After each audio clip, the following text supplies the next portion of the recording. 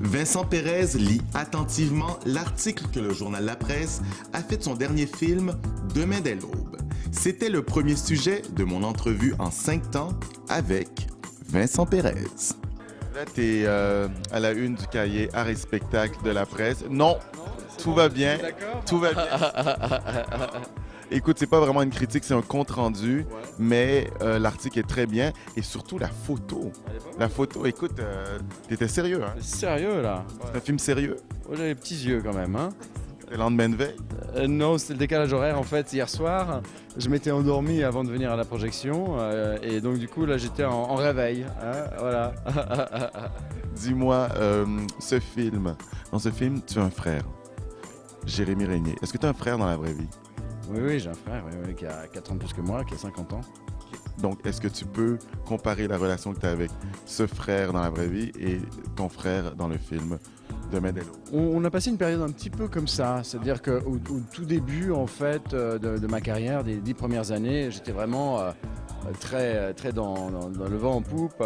Tout le monde, j'étais dans la presse, très reconnu, je brillais beaucoup et peut-être qu'il a un peu souffert d'être un peu dans l'ombre de son petit frère, peut-être un petit peu, mais depuis c'est bien rattrapé, il a bien réussi dans son business et aujourd'hui il est redevenu mon grand frère et donc du coup ça me fait bien plaisir que les choses se soient un peu rétablies. Hein. Comment il s'appelle? Charles. Salut Charles, Charles Pérez. Salut Charlie. Qu'est-ce qu'il fait dans la vie? Il travaille pour une boîte donc c'est en Suisse, donc il travaille pour des montres, hein, voilà, en fait, des pièces de montres qui vend un peu partout dans le monde entier. Donc, tu es d'origine suisse, Jérémy Régnier est d'origine belge. Oui, c'est un Belge, ouais. Et les Français, lorsqu'ils essaient de faire l'accent québécois, ils font l'accent suisse ou l'accent belge. L'accent belge, absolument. Grâce à toi, on va pouvoir démystifier tous les accents. Ouais. Accent suisse. Oula, je suis bien content d'être là. C'est vraiment un plaisir de venir à Montréal. Hein? Ouais. Accent belge. L'accent vaudois, donc. Hein? L'accent belge, je parle un peu comme ça, plutôt. Hein? Ma foi, c'est plutôt intéressant de venir à Montréal. Donc, alors, il va me faire l'accent maintenant québécois. Alors là, je vais être un peu. Une fois, j'étais avec une demoiselle qui travaillait sur un film, elle était attachée de presse et à un moment donné, alors je sais que c'est pas une expression canadienne, québécoise, mais elle m'a dit un truc super. Au lieu de me dire attends-moi 2 minutes, je reviens, elle m'a dit espère-moi, je te reviens dans un élan. C'est pas mal ça. Espère-moi, je te reviens dans un élan. C'est joli, hein? C'est très très beau et c'était québécois ça? C'est la poésie québécoise pratiquement ça. C'est québécois ça? Ouais. Donc ça c'est ton accent québécois, vas-y, espère-moi. Espère-moi, je te reviens dans un élan. Ouais, bon, je vais pouvoir commencer. Vous allez vous moquer de moi. Mais, c'est toujours un plaisir de venir à Montréal. On va faire un petit... Voilà, ça siffle un peu, quoi. Thérèse. En tant que Suisse, comment tu juges l'attitude de la Suisse envers Polanski? Ah bah je suis très déçu. Je trouve ça choquant, moi, personnellement, que les Suisses jouent ce genre de jeu. En fait, voilà, j'imagine que c'est un deal qui a été fait avec les Américains. Je pense que ça doit être lié à ces histoires de banque, de compte en banque des Américains. On vous en donne tant. Si vous ne nous donnez pas plus, vous nous donnez autre chose, etc. Donc il y a une sorte de listing certainement qui a été donné et que dans ce listing, il y avait le nom de Polanski. Voilà, moi, je trouve ça un peu choquant de profiter d'un festival. En même temps, bon... Tu l'as connu, Polanski? Oui, je le connais. Tu l'as connu, il n'est pas mort quand même. Non, je le connais. Oui, je le connais absolument. Je suis un peu choqué par cette histoire. Dans ta carrière, tu t'es beaucoup costumé dans tes films. Hein? Et parce que dans Cyrano, dans Le Bossu, dans La Reine Margot... Enfin, la Tulipe, etc. Il y en avait beaucoup. T'avais arrêté?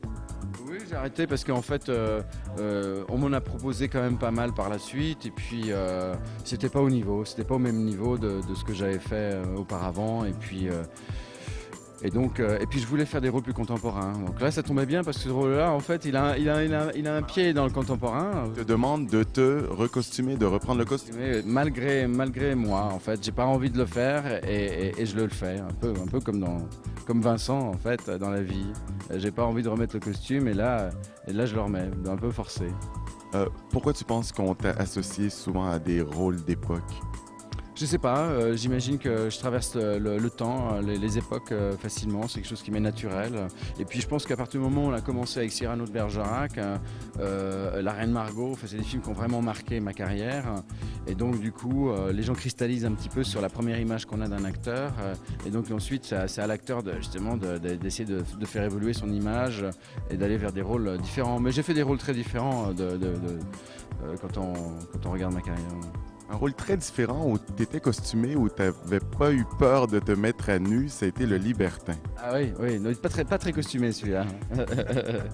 C'est aussi voilà un autre film en costume, Le Libertin, oui effectivement. On en a beaucoup parlé. Oui, c'est vrai, on en a beaucoup parlé. Ça fait parler. Écoute, on n'a jamais vu un acteur se donner autant. Courir nu comme ça dans le parc d'un château. C'était une expérience assez intéressante, hein. Surtout quand il y a Michel Serrault en face de vous et Juliane Balasco et que vous courez tout nu comme ça. C'était particulier. C'était Une scène qui a marqué le cinéma français. je sais pas si ça marquait le cinéma français, mais en tout cas, visiblement, ça t'a marqué. Hein. Mais non, parce que moi, je me suis dit, comme. Ben, Il est fou. Il est en train de ruiner sa carrière. t'as pas eu peur pour ta carrière? Non, j'ai pas eu peur pour C'est-à-dire. Non, Oui, tu y as pensé. non, j'ai pas eu. Non, j'ai pas eu peur. Enfin, je trouve que le film n'est pas très réussi personnellement. Je trouve que la mayonnaise ne prend pas vraiment. Pourtant, il y avait tout. Le scénario était vraiment intéressant. Il y avait Fanny Ardant, Michel Serrault, Josiane Balasco. Il y avait plein d'acteurs vraiment passionnants. Mais bon, vous savez, à un moment donné, la mayonnaise ne prend pas. Elle prend pas. Je trouve que ce film-là, bon, il y a des gens qui aiment, hein, donc tant mieux. Mais c'est pas un film. C'est un film, voilà, je l'oublie tout le temps parce que c'est pas un film qui m'est resté. Dis-moi les projets pour l'instant. Alors les projets, je viens de faire un film en costume, voilà. Je l'ai fait parce que c'est un metteur en scène espagnol de la nouvelle génération qui s'appelle Daniel Benmayor, parce que c'est une légende très connue en Espagne, la légende de Bruck. C'est un film qui ressemble plus à un western qu'à un film de l'époque de Bonaparte. C'est une chasse à l'homme, et ça m'a bien plu. L'idée du western me plaisait beaucoup. Ensuite, j'ai un film de prévu pour le printemps. C'est ma femme qui va le réaliser, Karine Pérez, qui a écrit un sublime scénario qui s'appelle Et si on refaisait le monde. Et donc là, a priori, on devrait le faire au printemps avec Cécile de France, avec Elsa Zilberstein, avec Valeria Golino. Enfin voilà, tous ces acteurs ont dit oui. Maintenant, on va voir si ça va se faire dans les temps. En tout cas, c'est vraiment un film auquel je tiens beaucoup. D'ailleurs, je vais jouer avec mes deux enfants, avec deux de mes enfants, avec Roxane qui a 17 ans et Iman qui a 10 ans, qui vont jouer mes enfants. Et c'est vraiment une histoire qui est absolument extraordinaire, un peu à la Crash, voilà, avec plein d'histoires qui se croisent. C'est un très, très beau projet. Avant de quitter Montréal, qu'est-ce que tu as envie de faire puisque tu as vécu 6 mois à Montréal lorsque tu réalisais ton deuxième film, The Secret? Qu'est-ce que tu as envie de faire qui te manque peut-être de Montréal? Je l'ai fait, j'ai mangé une poutine, on dit une poutine, c'est ça, ou un poutine? Une poutine. Une poutine l'autre jour. Donc, je plaisante. Qu'est-ce que j'ai envie de faire? J'ai envie de passer un peu de temps avec ma belle-maman. Je vais voir un de mes beaux-frères tout à l'heure, là, à la projection de 13h. Donc voilà. Et est-ce que tu vas aller t'acheter un autre Canuck? Non, j'ai le mien, il est très bien. Ah, c'est formidable. Non, c'est bon, j'ai mon Canuck, tout va bien. On dit un Canuck, hein? Tout à l'heure, tu as dit une Canuck. Oui, pardon, ouais, bon, d'accord. Une cabane au Canada, un Canuck. Merci beaucoup. Merci à toi.